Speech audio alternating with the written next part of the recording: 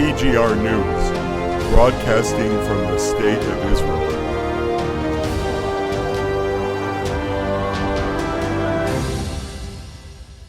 Welcome back to TGR News. Hello, hello. Jordan was caught sending support to terrorists in Israel to kill Jews in the streets, while also this week during our mourning on Memorial Day and celebrations during Independence Day, the terrorists did not stop trying to kill us.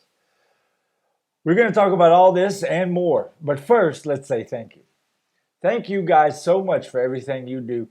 All the support that you send does so much good here.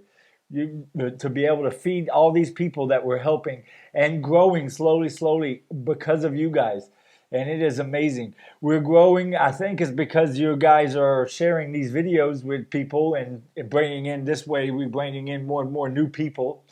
And plus the wonderful support that you guys give. And it is so heartwarming, and it's just so... You can feel God's love in the mission when we give these people the food that they so desperately need. You know, Israel's the last numbers I heard is 1 out of 3 kids go to bed hungry in the state of Israel today. It's really sad. It really is, and we're fighting that together. We're fighting the situation of poor kids being, it's just it really is It hurts to talk about even sometimes, but with you guys' help, we're battling it and we're doing a good job. And we want to thank you for that. And it's such a wonderful thing we're doing together. And if you haven't been a part of this part of the ministry and you feel like you want to be, beneath all the videos on the YouTube channel, there are links to the Patreon page and there's links to the Support Us page. Or you could just go to thegoldenreport.com and go to the Support Us page there and find whichever way suits you best. Well, let's get started. Let's do it. Okay. This week was the Israeli Memorial Day for the fallen soldiers and Independence Day. For the first time, the people had asked that the politicians would not come to the ceremonies. This was a strange request to me, but it came in light of the recent protests over the Supreme Court reform. The people were worried that the politicians would try and turn the ceremonies into some sort of political campaign for the Supreme Court reform. It really was strange because, some of these, and quite a big number of these politicians, have also had family members who had fallen in past wars, including our Prime Minister, Benjamin Netanyahu, his brother. So, it was a strange request to ask someone not to come to a ceremony to respect the fallen soldiers for the state of Israel, no matter who they were. It was very strange to me. Yeah. But just to show you why the Supreme Court reform is so important, while our Jewish politicians are being asked not to join the Memorial Day ceremonies, which, like I said, many of them lost family members in the past wars. Now the Supreme Court has passed a law saying that Arabs that lost family members in the independence war of the state of Israel are now welcome to come, and Israel will add them into the ceremony. Now think about that, right? You made a comment. Yeah. You said, you have one family where the IDF soldier had died fighting against terrorists and the enemy. Now you're going to have the terrorists and the enemies. It's already happened. It's actually happened. Yeah. So what they do is they go 2 by 2 and have a little on the stage and have a little speech. Yeah, a little speech. So they pair them together, Arab and Jew together. And while in the Jewish part is someone who lost somebody who for terror attack or fighting, defending this country. Yep. On the other side, you will find somebody, let's say, whose member been killed by IDF soldier, right? Yeah. And you cannot, it's like you're comparing the two. But IDF soldier wasn't a terrorist who trying to kill civilians. It's so different. Yep. And when you let them stand together It's like you compare them. It's like you're bringing the IDF Legit- soldier down to the level of Exactly. yes, Exactly. and it's very It's disrespectful. so wrong. And it's just wrong in so many ways. You know, Yeah. Yeah. no country in the world should have to, celebrate its Independence Day side by side with the people they fought for independence. You know, it's just so mind-boggling, and that kind of thing can only happen in the state of Israel. Yeah. It's the only place on the face of this earth where you would see something like that. Yeah. And that's now the reality that Israel lives in. Yeah. On Sunday, a parliament member of the Jordan government was stopped and checked at the Israeli border on his way to meet with the Palestinian Authority. The Israeli force stopped him because of intelligence believed that he was smuggling weapons and gold to support Arab terrorists. Sure enough, when they searched the vehicle, they found over 200 weapons and 200 pounds of gold. This just goes to show how much to trust the peace treaties we have with Arab countries. And Jordan we have peace with. Yeah. We have peace with. But it's so embarrassing for them. It's supposed to be so embarrassing for them, and nobody of them, none one of them, the parliament condemned this thing. Actually, what they're asking for is to immediate release of this Parliament member, the member of government, terrorist supporter. I mean, it just goes to show you, you can't trust anyone around here in this neighborhood, the Middle East. It's just more and more coming in line with Iran. Not like we ever really believed Jordan was our friend and we could turn our back to him and we'd be safe. That's not the way Israel ever thought about Jordan anyway. But I mean, this is just going to prove to you just how far it's going now. You know, 200 weapons and 200 pounds of gold. That goes a long way in killing a lot of Jews here in the streets of Israel. And think, this is what we caught. How many things happened before we caught them? If we didn't have the intelligence, maybe we didn't before, and maybe they for sure there's times we didn't. Yeah, succeed. For smuggle sure. Inside Israel. Well, all you got to do is look at all the weapons they have here in Israel. So they got them from somewhere. Yeah. They got them from somewhere. So I mean, which is something we got to be doing here pretty soon, going in and de-arming the Arab villages. But that would be probably too hard for UN and the rest of the world to handle. That we do such an unhumane thing, take guns away from people who are killing us in the street. Yeah. We couldn't go there. That'd be go too far. Well, on Monday, hours before Memorial Day, a terrorist in Jerusalem near the Machne Yehuda market ran down 8 Jews on the street. Just like on Holocaust Day, the Arabs are trying to disrespect our holidays and the days of mourning. And an armed citizen in the area fired on the terrorist and was able to stop him before causing more trauma. It was a rough scene. We had video. We ain't going to put it on because it's a little too graphic. Yeah. But it just goes to show you, nothing is holy to these people, and it's just.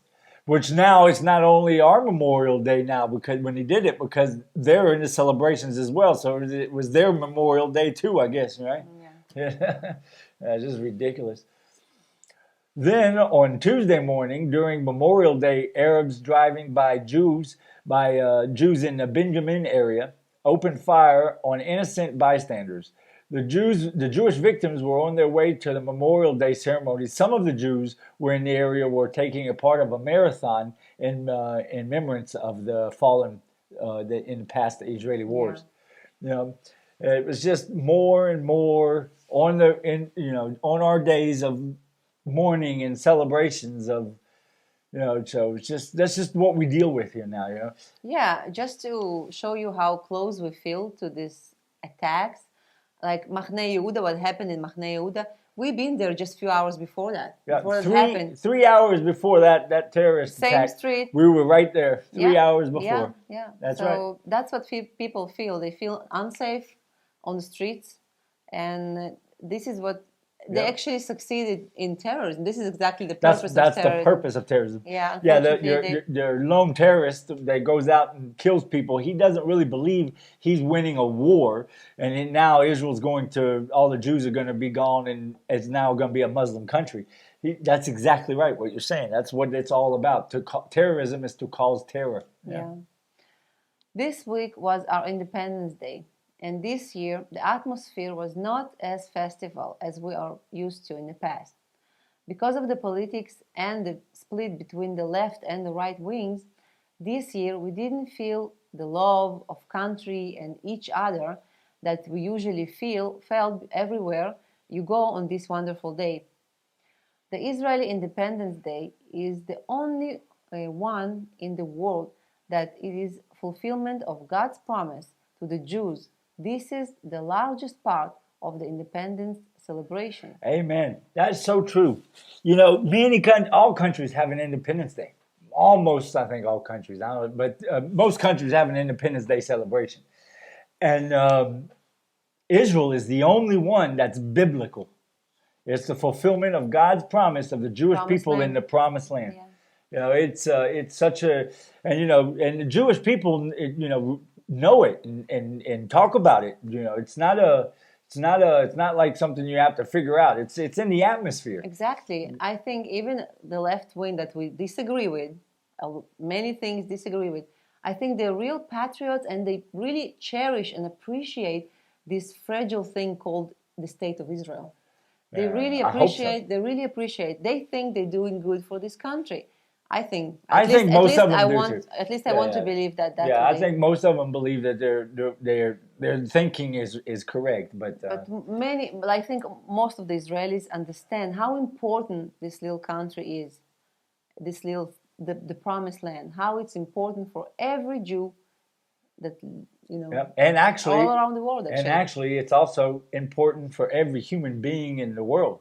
So we all know we all read the good book, right? So we know we know how important Israel is to God and everything. Yeah.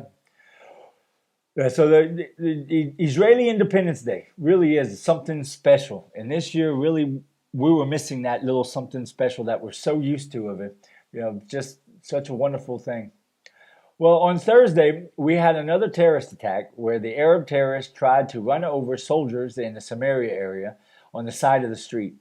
After he crashed his car, he got out and tried to stab the police officer. Then the soldier and the police officer were able to shoot him before he was able to hurt someone else or innocent. God. Yeah, thank God. It's just we're getting more and more. You can feel it, like in the past and all the intifadas we've had and everything. You can feel the pressure cooker gaining pressure. You can feel it. So, but there's been many times in the history where it does it and then it just fizzles out. So that does happen in this part of the world where it's going to go. Now this is it. This is going to go, and then it fizzles out. But it really does feel. You can start feeling the pressure. It's like something's about to go, right? Yeah. Especially when you add in what's going on with Iran and Syria and Lebanon, and then Jordan adding in with the government officials bringing in weapons to arm our enemies, and you can feel it. It's just you feel it. Yeah. Do you think it's going to be a war? I do think it's going to be a war. I've said it before a few times on this channel. Anyone with any sense knows that we're overdue for a war. I mean, since 1948, about every decade, we've had a really huge war. I mean, a real biggie, right? Yeah, but don't they Six-Day War, Yom Kippur War. You'd think that, I think I know what you was going to say. Haven't they learned the lesson from the history? Yeah, well, no, they don't. They always it keeps them, they forget quickly. They learn for a while, and then history has taught us, and then after enough time goes by, they talk themselves into again saying, oh, we can take them this time. Yeah, well, because we look splitted and left and right and all this. I do think, but they don't understand one I do thing. think that's part of it. I do. Yes, that's not big, the main part, but I do think it's a part of it. Yeah. That over the Supreme Court reform, the split, it made Israel look weak for a minute, especially when the IDF pilots stopped showing up, and reservists started talking like we're not going to do the army now, Yeah. publicly. Everything we do publicly and not publicly, we're being watched by our Yeah. enemies every second. So everything we do, it has an effect. But they forget one thing.